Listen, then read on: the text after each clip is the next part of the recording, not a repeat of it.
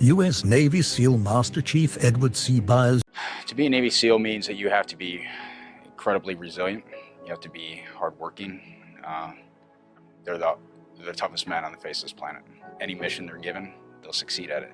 And ultimately, they're our brothers. So if they have to, they'll die for you. My daughter knows that I'm daddy, and she loves me just for that. And if you talk to her one-on-one, she'll tell you the 5 different nicknames she has of me, and I don't think one of them includes hero. People that I consider the heroes are the men I work with, and in particular, Nick Check. This award, surrounds a specific mission that we did, and in that mission, Nick Check was ultimately killed. The mission that night was a hostage rescue mission. So to us, that is a no-fail mission. Our objective, our goal is to bring back an American hostage alive. So that night was December 8th in eastern Afghanistan, and it was a cold night. And we got off the helicopters. We did about a 4 or 5 hour, pretty arduous hike through the mountains. And upon getting to our target building where we assumed where the American hostage was at, our point man, Nick Check, he was right in front of me. He saw a guard come out of the door, and he engaged that guard, and we started sprinting towards the door. Nick made his way in, and then I made my way in right behind him, and I went down my wall, and I engaged one of the enemy that was on the back side of the wall. And then I saw another person moving across the floor. So by the time I got to him, he was on his back, and I was able to get down on top of him and straddle him, hit him down with my knees, and I had to adjust my night vision to try to get some facial recognition. At the same time this is happening, calling out, trying to find the location of the American hostage. And finally, he spoke up. And it was at that time that I engaged the person I was on top of and jumped off the guy I was on and onto the doctor, who was about 3 or 4, maybe 5 feet away from me to my right. And the reason I did that is because I'm wearing body armor, so I want to protect him from any other potential threats in the room. Anyone who's been in combat knows that in those moments you either react or you get killed.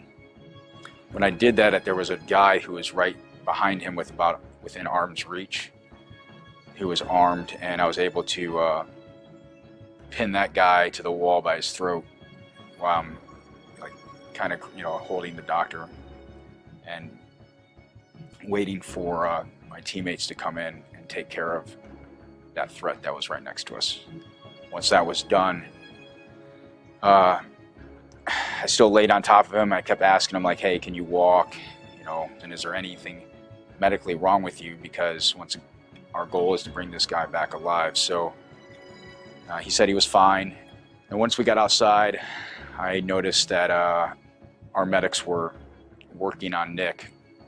And being a medic myself, I passed off American hostage off to our other teammates, and I went over to work on Nick, and we did resuscitative efforts on him all the way till the hospital, and where he was announced dead there. Nick embodied the essence of what it is to be an American hero.